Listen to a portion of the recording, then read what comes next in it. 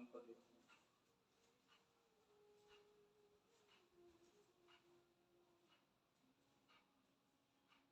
उनको देखने की ललकता, उनको देखने का जो भाव ब्रह्मा जी के हृदय में प्रकट हुआ, ब्रह्मदेव के मन में, और ब्रह्मा जी के मन में जब भाव प्रकट हुआ तो ब्रह्मदेव भगवान नारायण के पास में जाकर खड़े हो गए, भगवान विष्णु से जाकर प्रार्थना करने लगे कि मुझे मेरे पिता का नाम भी ज्ञात में है, मुझे मेरे पिता का स्मरण भी है, पर मैं मेरे नारायण के पिता का स्मरण नहीं कर पा रहा हूं, मैं भगवान विष्णु के पिता का स्मरण नहीं कर पा रहा। आप मुझे आपके पिता का स्मरण करा दीजिए। कल कथा में आपको कहा था कि अगर हमको अपना पुराना कुछ क्रम देखना हो तो तहसील में जाना पड़ता है, और अगर हमारे पूर्वजों का क्रम देखना हो तो हमें वेद और पुराण को उठाना पड़ता है। पर ब्रह्मा जी वेद और पुराण नहीं उठा रहे हैं, ब्रह्मा जी जिन वेद और पुराण की रचना करने वाले हैं, ब्रह्मदेव उन भगवान नारायण के पास में जाकर खड़े होकर पूछते हैं कि आपके पिता का स्मरण मुझे करा दीजिए, आपके पिता कौन है। भगवान शिव का वर्णन भगवान विष्णु ने कई बार ब्रह्मदेव से कहा, कई बार भगवान नारायण भगवान ब्रह्मदेव से कई बार भगवान शंकर का गुणगान करते रहे, फिर भी उनकी चित्त वृत्ति में यह भाव प्रकट नहीं हो पाया।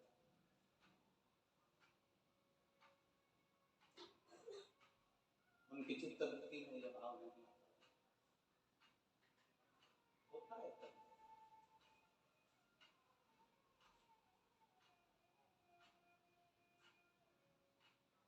एक व्यक्ति को अगर कोई व्यक्ति समझा रहा है, व्यक्ति को अगर कोई व्यक्ति ज्ञान समझ में नहीं आता, कब समझ में आएगा?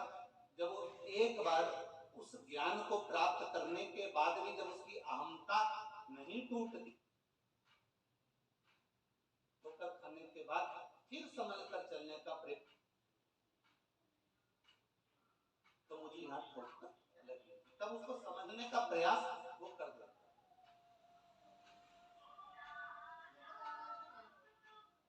एक बात पहले कही आप लोगों को, आज फिर कह रहा हूं, चलने वाला व्यक्ति जब ठोकर लगती है तो दो चीजें उसके स्मरण में आती है कि रास्ता कैसा है, और दूसरा उसके स्मरण में आता है कि मुझे संभालने वाले हाथ कितने हैं जो मुझे संभाल सकते हैं। ये उसको ठोकर लगते समय स्मरण में आता है। ब्रह्मा जी भगवान ब्रह्मदेव भगवान विष्णु से कह रहे हैं मुझे आपके पिता का स्मरण करा दीजिए, मुझे आपके पिता का दर्शन करा दीजिए। भगवान विष्णु ने कहा चलिए, एक सुंदर पर्वत के नजदीक में पहुंचे और उस पर्वत को भगवान नारायण और भगवान ब्रह्मदेव दोनों घुमा रहे हैं, दोनों घुमा।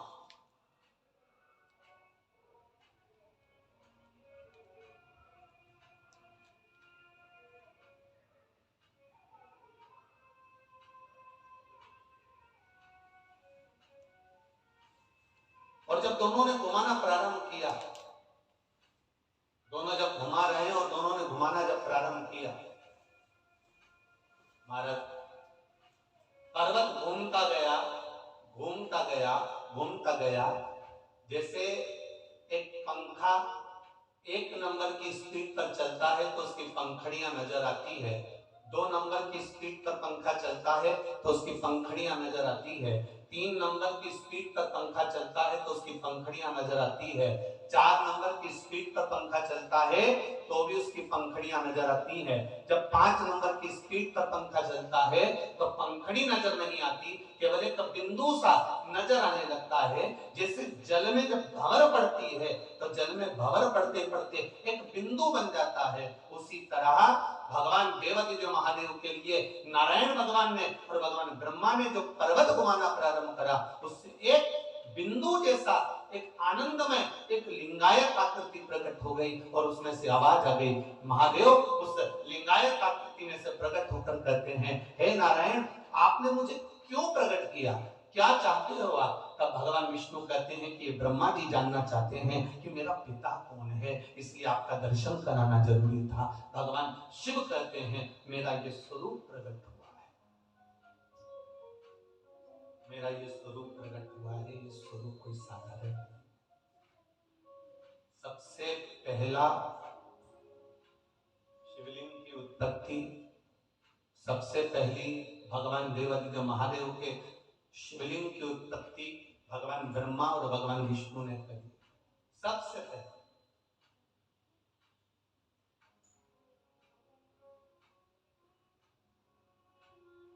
भगवान ब्रह्मा और भगवान विष्णु प्रकट करे, और जिस शिवलिंग को भगवान ब्रह्मा और भगवान विष्णु ने प्रकट करा वो शिवलिंग कोई साधारण नहीं है।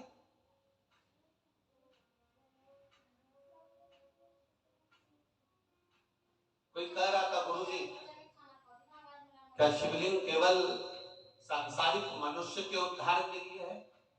परशु महापुराण की कथा तो कहती है, चाहे पशु हो, पक्षी हो, जलचर हो, थलचर हो, वायुचर हो, चाहे कोई जीव हो, भगवान शंकर का ये स्वरूप तो संपूर्ण विश्व के कल्याण के लिए।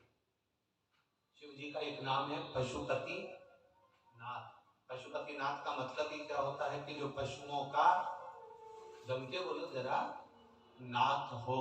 अब जो 33 कोटि देवी देवताओं को पशु बना देता है, तारकासुर के 3 पुत्रों को मारने के लिए, तारकाक्ष, विदुन्माली, कमलाक्ष, इन तीनों को मारने के लिए जो 33 कोटि देवी देवताओं को पशु बना देता हो, वो साधारण नहीं हो सकता, वो सहज नहीं हो सकता,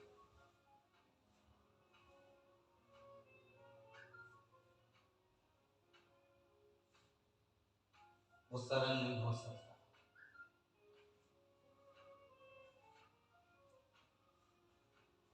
शिवलिंग केवल मनुष्य के उद्धार के लिए नहीं है, ये शिवलिंग केवल देवताओं के उद्धार के लिए भी नहीं है। ये शिवलिंग चाहे पशु हो, पक्षी हो, जानवर हो, जलचर हो, थलचर हो, वायुचर हो, सबके उद्धार। एक इतनी सुंदर कथा हमारे यहाँ स्कंद पुराण में आती है, कर्कोट सर्प के।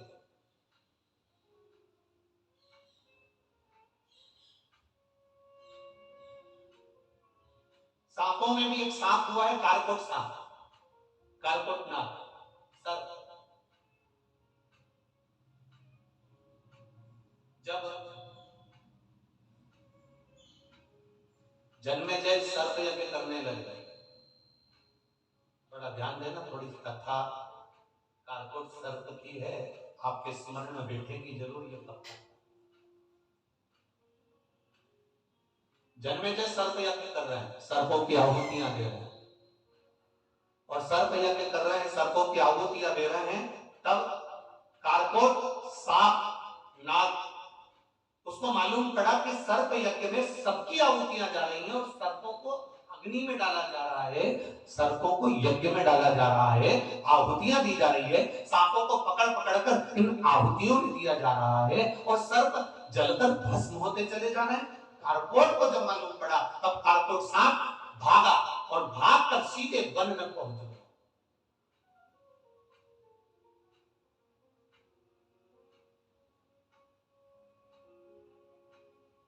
जब कारकोट वन में पहुंचा, अब उसको लगा कि जन्मेजय सर्पों की आहुतियां दे रहे हैं, उसके गुप्तचर आएंगे, सर्प पकड़ेंगे और अग्नि में डाल देंगे। अब मैं करूं तो करूं क्या? अब दुनिया के लोग कहते हैं क्या शिवलिंग केवल मनुष्य के उत्थान के लिए है, मानव के उद्धार के लिए है, क्या देवताओं के उद्धार के लिए है? मेरे राम जी ने शिवलिंग की स्थापना करी, मेरे भगवान कृष्ण ने शिवलिंग की स्थापना करी, पांडवों ने शिवलिंग की स्थापना करी, आद्य शक्ति ने शिवलिंग की स्थापना करी, माता पार्वती ने पार्थिव शिवलिंग की पूजन करी, सती माता ने पार्थिव शिवलिंग की पूजन करी, उमा माता ने करी, कात्यायनी ने करी, कुष्मांडा ने करी, चंद्रघंटा ने करी। तो क्या केवल ये शिवलिंग ये शंकर का स्वरूप या केवल मनुष्य या देवताओं के उद्धार के लिए? नहीं नहीं, जैसे ही कारकोट को मालूम पड़ा कि जन्मेजय यज्ञ कर रहा है, सर्प यज्ञ कर रहा है और आहुतियों पर आहुतियां दे रहा है, तो कारकोट भागा और जंगल में गया।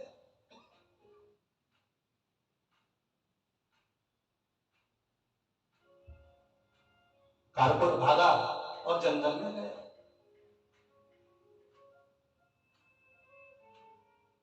और कारकोट भागकर जंगल में जैसे पहुंचता है, कहां छुपूं मैं जाकर कि जगह पर जाऊं मैं, किस स्थान पर पहुंचूं मैं, विचार करने लगा। देखा तो एक वीरान जंगल में, वीरान भूमि पर, वीरान जगह पर एक सुंदर सा शिवलिंग रखा हुआ, एक सुंदर जलाधारी है और उस पर सुंदर शिवलिंग है। शिवलिंग को देखा,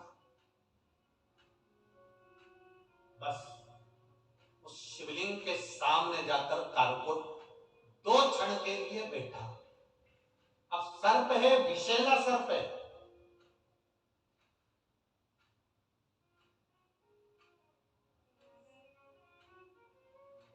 और कोई साधारण सा सर्प नहीं है, बड़ा भयंकर विषैला सर्प। इसका काम क्या है? कहा दूसरे सर्प यदि किसी को डसते हैं तो उसके प्राण चले जाते हैं, वो मर जाता है। तक्षक नाग डसे मर जाए, कालिया नाग डसे मर जाए, शेष नाग डसे मर जाए, विषैले से विषैला सर्प अगर किसी को डसता है तो वो मर जाता है। और कारकोट सर्प की एक बात बड़ी निराली है कि ये जिसको डसता है वो मरता नहीं है, केवल उसका शरीर सड़ने लगता है, उसका शरीर कुरूप हो जाता है, उसका शरीर काला पड़ जाता है और भयंकर उसके शरीर में से गंध आने लगता है, भयंकर शरीर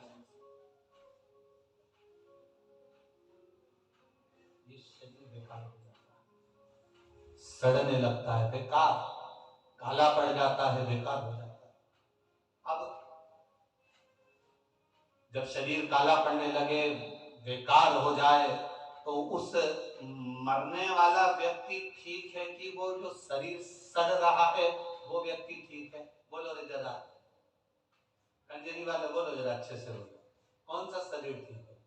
जो सड़ रहा है, गल रहा है, बदबू मार रहा है, जिस शरीर को हाथ लगा और उसमें खड्डा पड़ जाए, चमड़ी सड़ने लगे, बदबू मारने लगे, खाल सड़ने लगे, पानी गिरने लगे शरीर में से, पूरा शरीर बेकार हो रहा है, बदबू मार रहा है और पूरा काला पड़ गया है, तो एक सर्प वो है जो डसता है और व्यक्ति मर जाता है, और एक सर्प वो है जो डसता है और शरीर को सड़ा देता है। तो वो डसने वाला सर्प ठीक है कि ये शरीर को सड़ाने वाला सर्प ठीक है?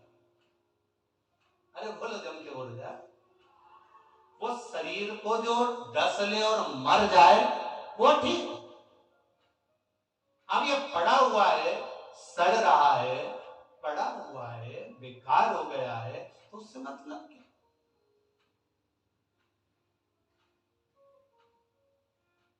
दो आशीर्वाद होते हैं, दो सर्प से समझिएगा जरा, दो आशीर्वाद। एक आशीर्वाद होता है आयुष्मान, बोलो बोलो जरा जम के बोलो, आयुष्मान भव, और एक होता है चिरंजीवी भव। अब दोनों में अंतर समझना थोड़ा सा।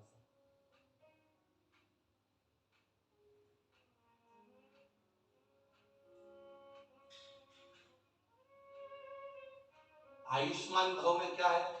तुम्हारी भगवान खूब खूब लंबी आयु करे।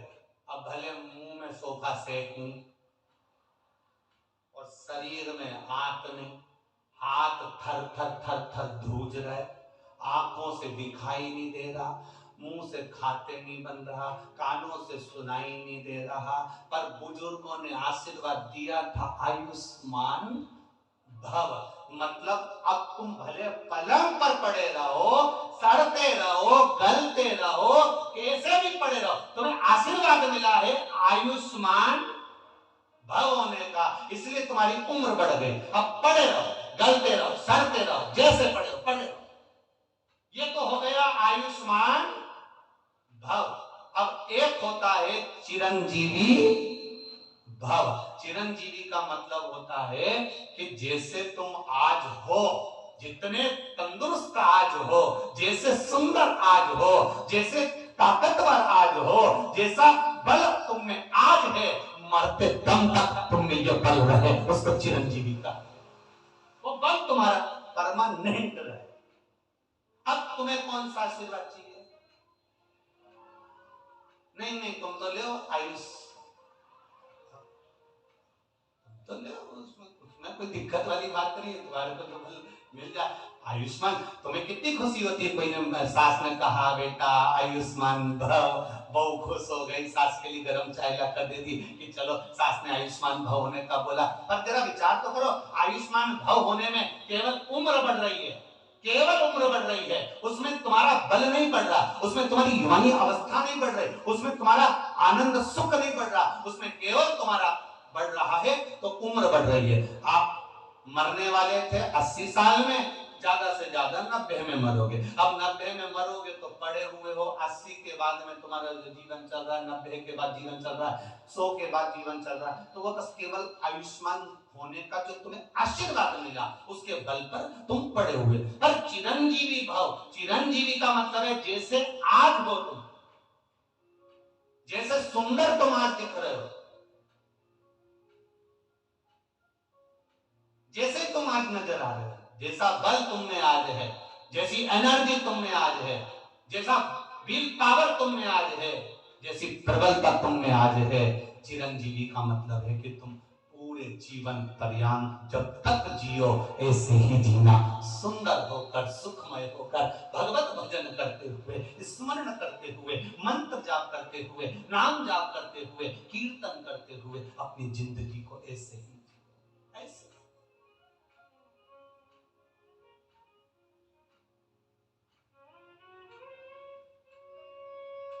चिरजीवी ऐसे ही रहना। अब दो सांप हैं, एक विषैला सांप जो डसे तो मर जाए, और एक कारकोट सांप डसे तो सड़ जाए, शरीर सड़ जाए।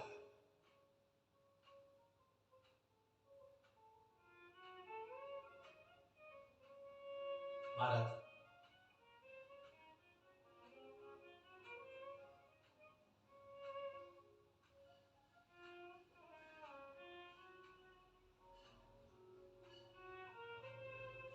अब वो कारकोट को मालूम पड़ा कि जन्म जन्म यज्ञ रखा है, सब मर रहे हैं, सांपों की आहुतियां दी जा रही है, सांप समाप्त हो रहा है, सबको जलाया जा रहा है।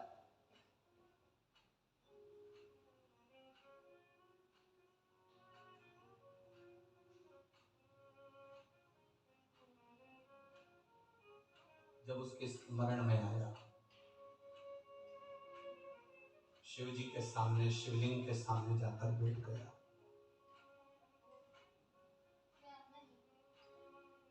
सामने शिवलिंग है, ये सम्मुख में बैठा है, सम्मुख में। आप बहुत ध्यान देना महाराज जी,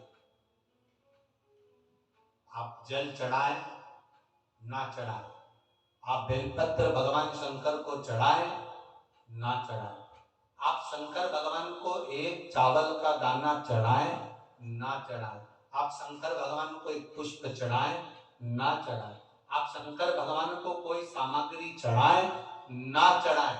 शिव महापुराण की कथा यहां तक कहती है कि आप केवल देवाधिदेव महादेव के सम्मुख में, जहां तुम्हारा मन पड़े, तुम्हारे घर के नजदीक में जो शिवालय हो, उस शिवालय में जाकर केवल शंकर भगवान के सामने ही बैठ जाओगे तो तुम्हारी जिंदगी का सारा दुख अपने आप कट जाएगा।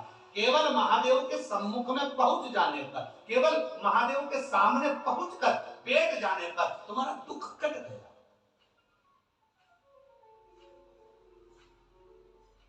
कट गया।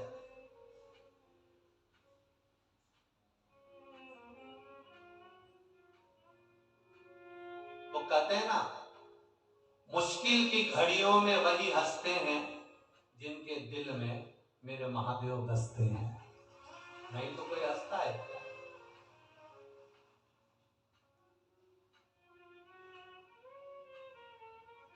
दुख है संसार में आने के बाद ऐसा कोई नहीं जन्मा जिसके जीवन में कष्ट नहीं आया।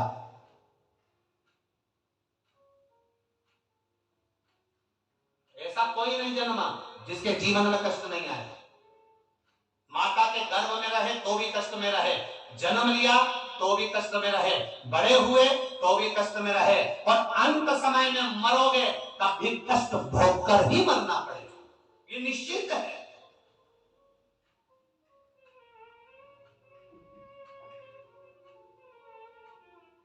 अब इससे बच तो सकते हैं। एक बार एक महिला का, एक माता का एक पुत्र मर गया, और एक पुत्र, इकलौता पुत्र था, इकलौता, और इकलौता पुत्र उस महिला का मर गया। रो रही है महिला, आंख में से आंसू बह रहा है, और नैनों से जल बहते बहते वो महिला रोती रोती वो महिला गौतम बुद्ध के पास पहुंच गई, और गौतम बुद्ध के पास जाकर उस महिला ने कहा, बाबा, ओ बाबा, बाबा, ओ बाबा, मामा, ओ बाबा, हे संत जी, हे साधु जी, हे गुरुजन, मेरा बेटा मर गया है बाबा, मेरा बेटा जीवित कर दीजिए, मेरे बेटे को बचा दीजिए, मेरा बेटा वापिस जीवित हो जाए बाबा, ऐसी कृपा कर दीजिए। गौतम बुद्ध ने कहा, ये हो नहीं सकता। महिला कहती है, आप संत हो, आप गुरु हो, आप साधु हो, आप सन्यासी हो, आप तपस्वी हो, आप साधक हो, आप उपासक हो, सब कुछ कर सकते हो, मेरे बेटे को जीवित कर दीजिए। संत गौतम बुद्ध ने मन में सोचा, इसको कैसे समझाऊं कि ये मृत्यु है, इस पर कोई विजय प्राप्त नहीं। व्यक्ति आया है तो जाएगा जरूर, चाहे तुम कितने भी कितनी बादाम खाओ, चाहे मत खाओ, चाहे गुलाब जामुन खाओ,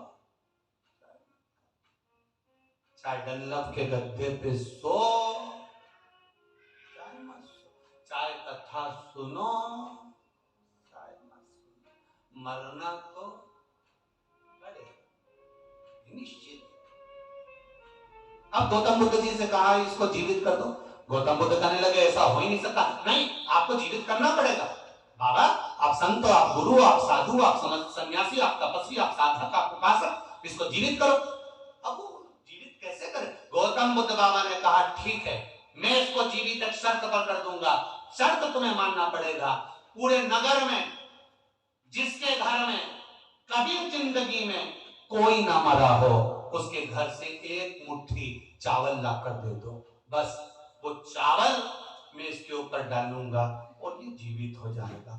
उस माँ ने सोचा, बस इतने में मेरा बेटा जीवित हो जाएगा, हाँ जाओ। गौतम बुद्ध ने उस माता को भेज दिया, माँ जिसके घर में जाती है, तुम्हारे घर में कभी कोई मरा नहीं हो तो चावल दे दो, तुम्हारे घर में कोई कभी मरा ना हो तो चावल दे दो, तुम्हारे घर में कभी कोई मरा ना हो तो चावल दे दो, तुम्हारे घर में कभी कोई मरा ना हो तो चावल दे दो। प्रत्येक घर में वो माँ जाती है, सुबह से लेकर रात तक, रात से लेकर सुबह तक घूमती है, पर ऐसा कोई घर नहीं मिला जिस घर में कभी जिंदगी में कोई मरा नहीं था, क्योंकि मृत्यु अटल सत्य है, ये सत्य है और इसको कोई नकार नहीं सकता। माँ ने आकर कहा, बाबा, कोई घर ऐसा नहीं मिला जहां कोई मरा नहीं है। गौतम बुद्ध ने कह दिया, बस यही समझाना चाहता हूं कि मृत्यु आती जरूर है, उसको कोई टाल नहीं सकता, चाहे मैं हूं, चाहे संसार का कोई व्यक्ति हो। किसी के पास करोड़ों का धन होगा तो वो भी जाएगा, और कोई रोड पर सो रहा होगा तो भी वो जाएगा, इसको कोई बचा नहीं सकता। गौतम बुद्ध ने कहा, मां, कोई तुम्हारे बेटे को जीवित नहीं कर सकता, पर इतना याद रखना, बेटा चले गया पर तुम हो, और तुम्हें ज्ञान देना चाहता हूं कि जीवित रहने का केवल एक साधन है, जीवित रहने का केवल एक आनंद है कि अपने शरीर का सदुपयोग करो, इस शरीर से भजन करो, कीर्तन करो, मंत्र जाप करो, यज्ञ करो, अनुष्ठान करो और परमार्थ का कार्य करो। किसी भूखे को भोजन करा देना, किसी को पानी पिला देना, किसी शिक्षा की व्यवस्था कर देना, किसी के शरीर में कष्ट है तो औषधि की व्यवस्था कर देना। कि शरीर भगवान ने दिया है तो मरने के बाद भी व्यक्ति जीवित रहता है, लोग कहते हैं उसने ऐसा सत्कर्म किया था, ये मरने के बाद जीवित होने का।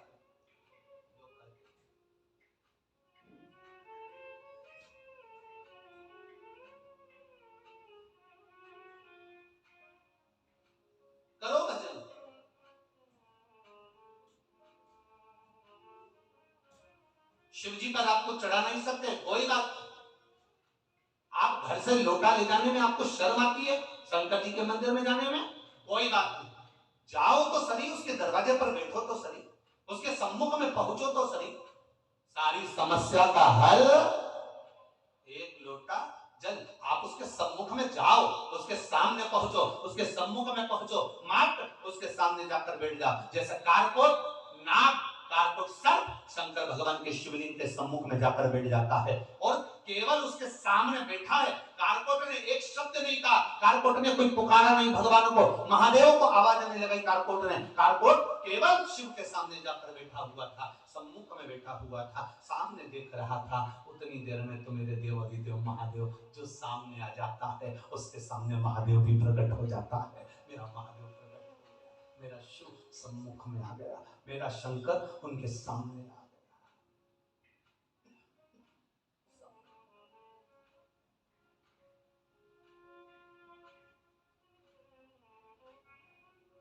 सम्मुख में देव अधिदेव महादेव प्रकट हो गए।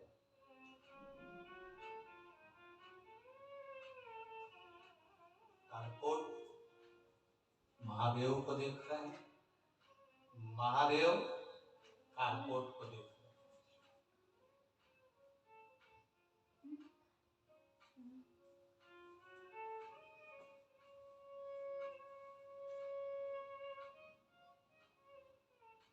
हाथ जोड़ लिए, कारकोट ने देखा, शिव जी ने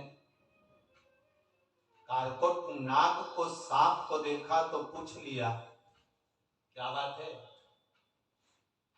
तुम भय में दिख रहे हो?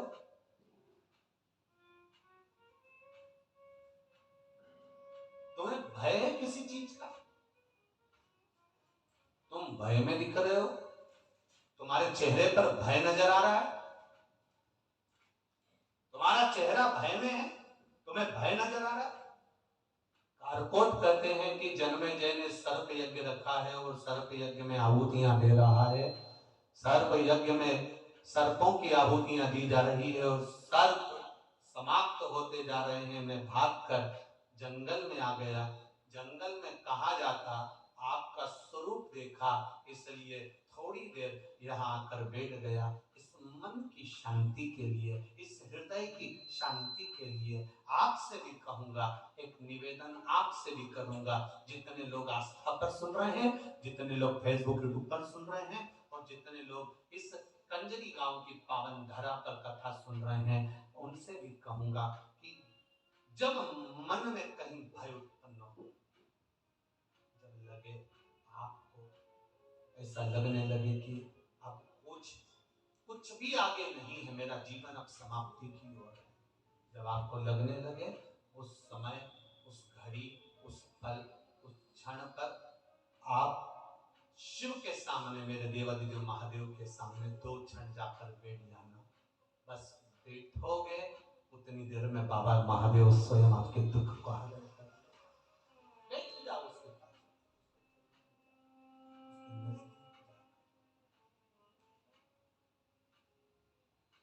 मैंने तेरे ही भरोसे ओ बाबा, तेरे ही भरोसे हवा विच उड़ती जावांगी, बाबा डोर हटो छठीला में कटी जावांगी। भोले मैं तेरी पतन, शंभो मैं तेरी पतन। अब 2 क्षण उसके पास जाकर बैठ गया। एक पत्र आया,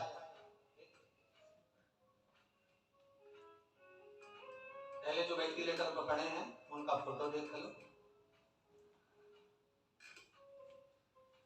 जितने लोग टीवी पर देख रहे हैं वो टीवी पर देख, उनकी रिपोर्ट है जो डॉक्टर की लगाई गई है।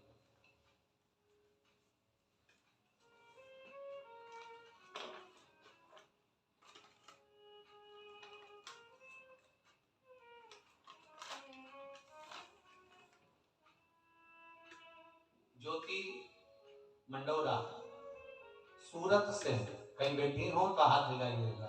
आप ही हैं? दोनों हाथ हिला दो ऐसे। श्री शिवाय नमस्तुभ्यम। एक बार फिर से हाथ हिला दीजिए। हर हर महादेव। मेरा नाम ज्योति मंडोरा।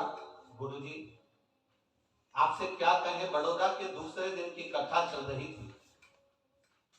उसी समय कथा सुन रहे थे और समाचार आया कि आपकी बहन स्वाति को वेंटिलेटर पर रखा गया और डॉक्टर ने जवाब दे दिया है कि शरीर केवल 10% ही काम कर रहा है। पूरे शरीर ने काम करना बंद कर दिया, केवल 10% शरीर काम कर रहा है। आप लोग अभी आ जाओ। बस क्या कहें गुरुजी, नाथद्वारा तक जाना मुश्किल हो गया और आंखों में आंसू भर गया कि वेंटिलेटर पर पटक दिया और 10% शरीर काम कर रहा है। धीरे धीरे हम रास्ते भर उनसे बात करते गए, उनका शरीर काम नहीं कर रहा था, पूरा शरीर बेकार हो चुका था। शरीर में श्वास भी धीरे धीरे रुक रही थी। गाड़ी तक चलते चलते बात करते करते पहुंच रहे हैं, पर कथा सुनने से एक मंत्र मिल गया था, श्री शिवाय। जम के बोले जरा, श्री शिवाय नमस्तुभ्यम। मंत्र मिल गया था, उसको जाप करते करते गए। वहां जाकर हमने शिव जी के मंदिर पर एक लोटा जल चढ़ाया, भगवान देवाधिदेव महादेव से प्रार्थना करी, मेरी बहन के प्राण बचा लो, अभी उसकी उम्र नहीं है बाबा, आप उसको बचाइए। बस क्या था गुरुजी, लोटा भरकर जल चढ़ाया और जल को लाकर उसके होठों पर लगाया। डॉक्टर मना कर रहा था कि वेंटिलेटर पर कोई भी चीज नहीं दी जाती, पर हमने ना उसको पानी पिलाया, हमने केवल उसको होठों पर जल लगाया और बाबा की कृपा देखिए, उसके बाद में मेरी बहन एकदम ठीक हो गई। हमने उसी समय पर निर्णय ले लिया था कि अगली कथा जो कंजरी में होगी, पावागढ़ के पास होगी, वहां हम प्रणाम करने के लिए जाएंगे। ये शिव तत्व है। अब ठीक है बाबू, श्री शिवाय नमस्तुभ्यम। बैठिए। हर हर महादेव। शिव तत्व है। शंकर को घड़ी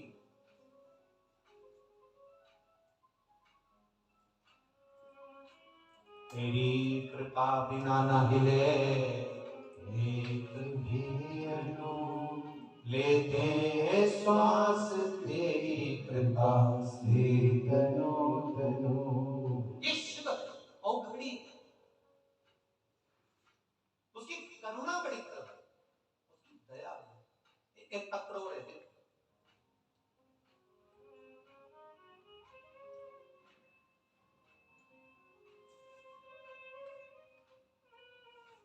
मेरा नाम रीता है, मैं नडियाद की रहने वाली हूँ। कहीं बैठी हो तो हाथ हिलाइएगा। मेरा नाम रीता है,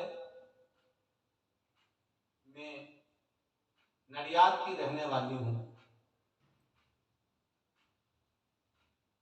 कहीं बैठी हो तो हाथ हिलाइएगा। रीता जी, मेरा नाम रीता है, मैं नडियाद के लिए रहने वाली हूँ। गुरुजी, मेरे भोले बाबा से मैं क्या बखान करूं। आपने कहा था बड़ौदा की कथा में कि बाबा शंकर की कथा और शिव की भक्ति 3 महीने में कुछ ना कुछ प्रदान कर देते हैं। बाबा 3 महीने बाद पावागढ़ की कथा में आपके पास आए हैं। गुरुजी, मुझे बहुत विश्वास था कि मेरे बाबा मेरी सुनेंगे। मेरी भाभी को कई वर्ष से संतान नहीं थी। गुरुदेव, संतान का सुख नहीं था, उन्होंने डॉक्टरों को दिखाया, इलाज करवाया, पर संतान का सुख नहीं था। तब बड़ौदा की कथा में हमने बाबा से प्रार्थना करी थी, बाबा हम जल चढ़ाएंगे, पानी भाभी को देंगे, आप उनको संतान दीजिएगा।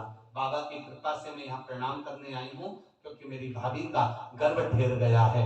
ये शिव तत्व है, ये शंकर। और उसकी कृपा, उसकी दया, उसकी उदारता, ये हमें सुख प्रदान करे।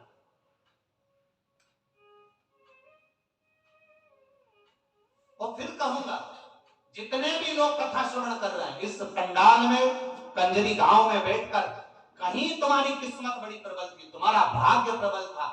इन दोनों बहनों को धन्यवाद दूंगा। और आदरणीय गुरुदेव संत जी को मैं धन्यवाद दूंगा जिन्होंने कंजरी में ये शिव महापुराण की कथा करवाकर कंजरी और हालोल वालों का उद्धार कर। धन्य ऐसे संत, धन्य ऐसे गुरुजन।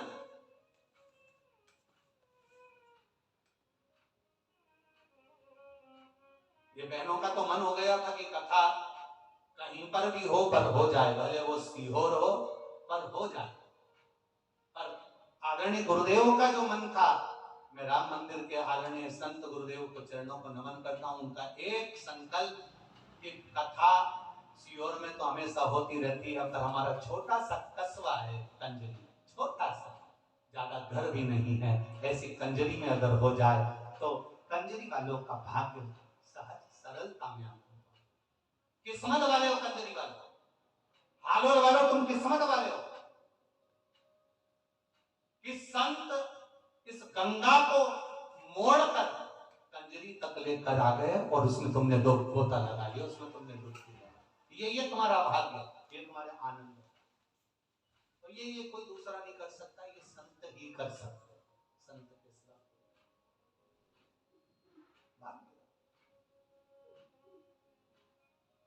अब ये आपकी किस्मत, आपका भाग्य कि आप कितना ग्रहण कर रहे हो। और इतना विश्वास जरूर रखना कि कथा सुनने के बाद में 3 महीना लिख कर रखना और अगले 3 महीने में तुम अगले पंडाल में मिलोगे, निश्चित है। बाबा ऐसी कृपा करता है, करता है कृपा, उसकी करुणा ही है। जो दिल से आपने कहा उसने दिल से सुना। सांप कारकोट केवल शिवलिंग के सामने बैठा है, कुछ नहीं बोला, केवल सम्मुख में जाकर बैठा है। आप उसके सम्मुख में बैठो तो, आप उसके सामने जाओ तो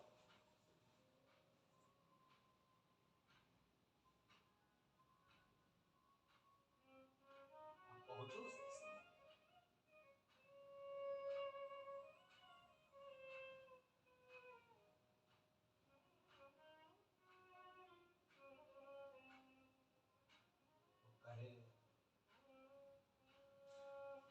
अपनी किस्मत का ताला,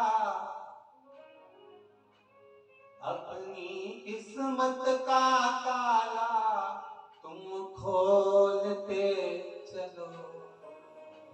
श्री शिवाय नमस्तुभ्यं तुम बोलते चलो। श्री शिवाय नमस्तुभ्यं तुम बोलते चलो। अपनी किस्मत का ताला तुम खोलते चलो। अपनी किस्मत का ताला तुम खोलते चलो। शिवाय नमस्तुभ्यं तुम बोलते चलो। शिवाय नमस्तुभ्यं तुम बोलते चलो। श्री शिवाय नमस्तुभ्यं तुम बोलते चलो। श्री शिवाय नमस्तुभ्यं तुम बोलते चलो। अपनी किस्मत का ताला तुम खोलते चलो।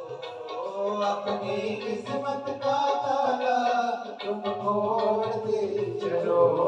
श्री शिवाय नमस्तुभ्यं तुम बोलते चलो।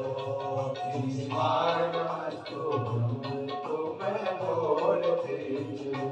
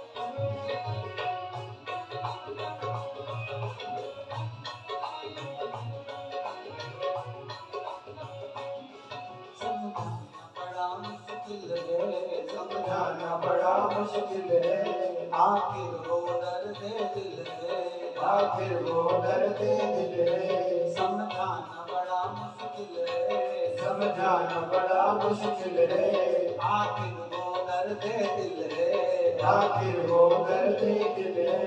सच्चा दरबार लगा है ये भोले की महफिल है, सच्चा दरबार लगा है ये भोले की महफिल है, सच्चा दरबार लगा है ये भोले की महफिल है, सच्चा दरबार लगा है ये भोले की महफिल है। नैनों को डमरू वाले का, नैनों को काशी वाले का,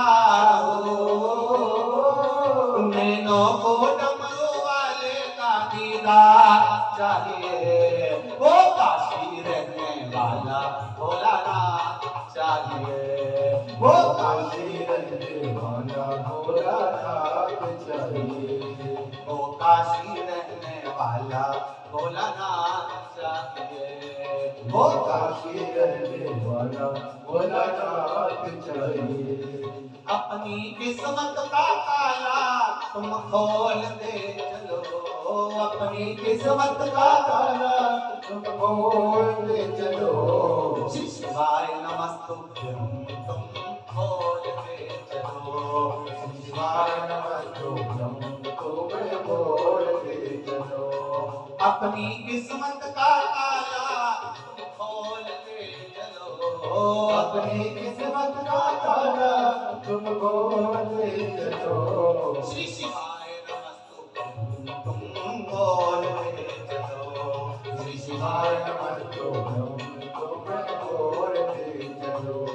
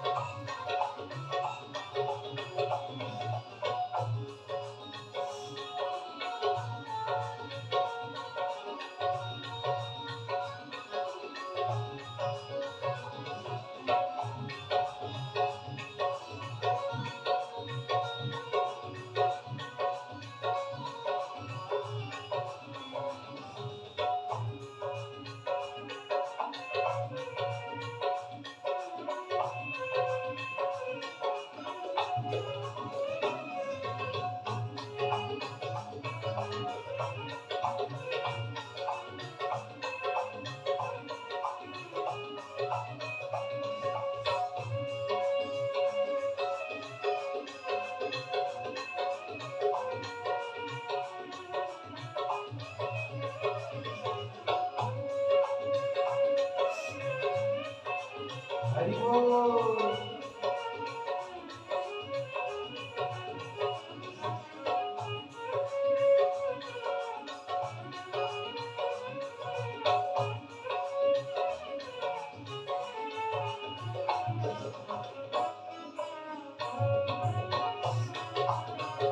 राधे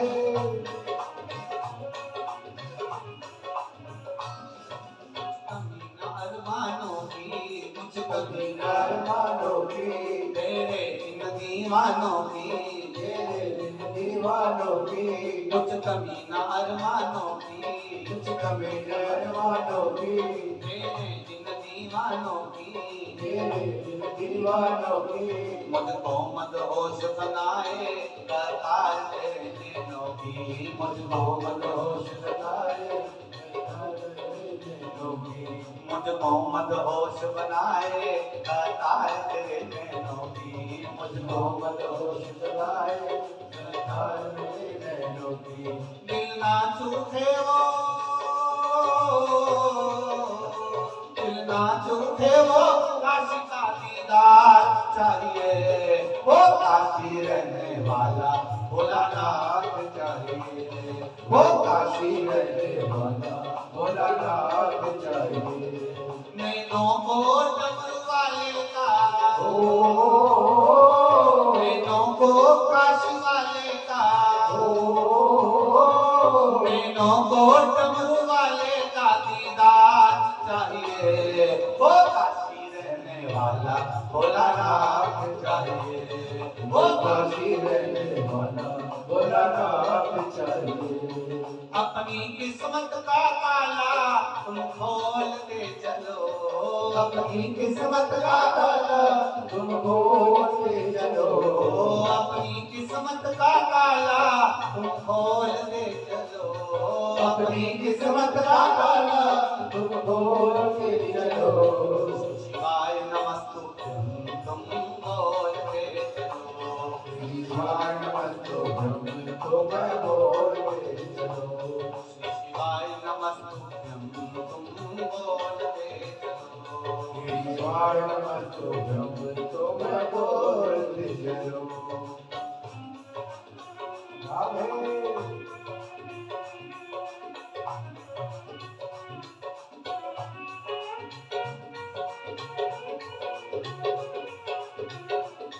शंभो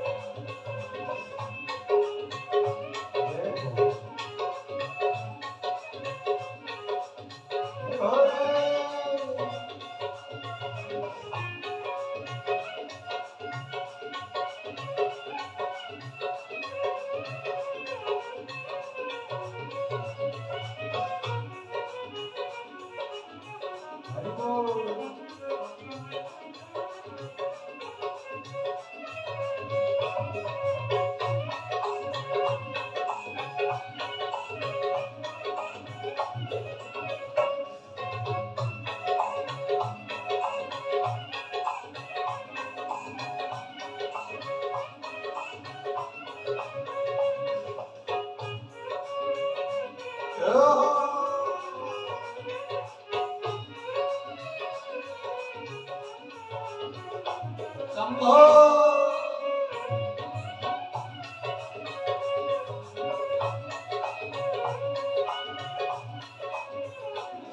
भक्तों के तुम प्यारे हो भक्तों के तुम प्यारे हो तुम जिगरी दिल वाले हो तुम जिगरे दिल वाले हो भक्तों के तुम प्यारे हो भक्तों के तुम प्यारे हो तुम जिगरी दिल वाले हो तुम जिगरे दिल वाले हो कितनों पे डोरे डाले फिर नैन बड़े मत वाले कितनों में डोरे डाले फिर नैन बड़े मतवाले कितनों पे डोरे डाले फिर नैन बड़े मत वाले कितनों में डोरे डाले फिर नैन बड़े मतवाले नैनों को डमरू वाले का ओ नैनों को काशी वाले का नैनों को डमरू वाले का दीदार चाहिए वो काशी रहने वाला भोलानाथ चाहिए वो काशी रहने वाला भोलानाथ चाहिए वो काशी रहने वाला भोलानाथ चाहिए वो काशी रहने वाला भोलानाथ चाहिए अपनी किस्मत का ताला तुम खोल के चलो अपनी किस्मत का ताला तुम खोल खोलते चलो। अपनी किस्मत का ताला तुम खोलते चलो। अपनी किस्मत का ताला तुम खोलते चलो। श्री शिवाय नमस्तुभ्यं तुम बोलते चलो। श्री शिवाय नमस्तुभ्यं तुम बोलते चलो। श्री शिवाय नमस्तुभ्यं तुम बोलते चलो। श्री शिवाय नमस्तुभ्यं तुम बोलते चलो। अपनी किस्मत का ताला तुम खोलते चलो। अपनी किस्मत का ताला तुम खोलते चलो। अपनी किस्मत का ताला तुम खोलते चलो। अपनी किस्मत का ताला तुम खोलते चलो। श्री शिवाय नमस्तुभ्यं तुम बोलते चलो। श्री शिवाय नमस्तुभ्यं तुम बोलते चलो। श्री शिवाय नमस्तुभ्यं तुम बोलते चलो। श्री शिवाय नमस्तुभ्यं तुम बोलते चलो। श्री शिवाय नमस्तुभ्यं तुम बोलते चलो। श्री शिवाय नमस्तुभ्यं तुम बोलते चलो। श्री शिवाय नमस्तुभ्यं तुम बोलते चलो। श्री शिवाय नमस्तुभ्यं तुम बोलते चलो। श्री शिवाय नमस्तुभ्यं तुम बोलते चलो। श्री शिवाय नमस्तुभ्यं तुम बोलते चलो। हार हार अपने स्थान पर बैठकर भगवान शिव से मूल स्मरण मंत्र का करिए। भगवान शंकर से भाव से, दिल से, आनंद से। गुप्त नवरात्रि का उत्सव, माँ भद्रकाली पावागढ़ वाली का सुंदर आनंद, सीताराम सरकार का सुख, संतों का पावन सानिध्य और शिव महापुराण की कथा दिल से, हृदय से बाबा देवाधिदेव महादेव से प्रार्थना करें। श्री शिवाय नमस्तुभ्यं। श्री शिवाय नमस्तुभ्यं। श्री शिवाय नमस्तुभ्यं।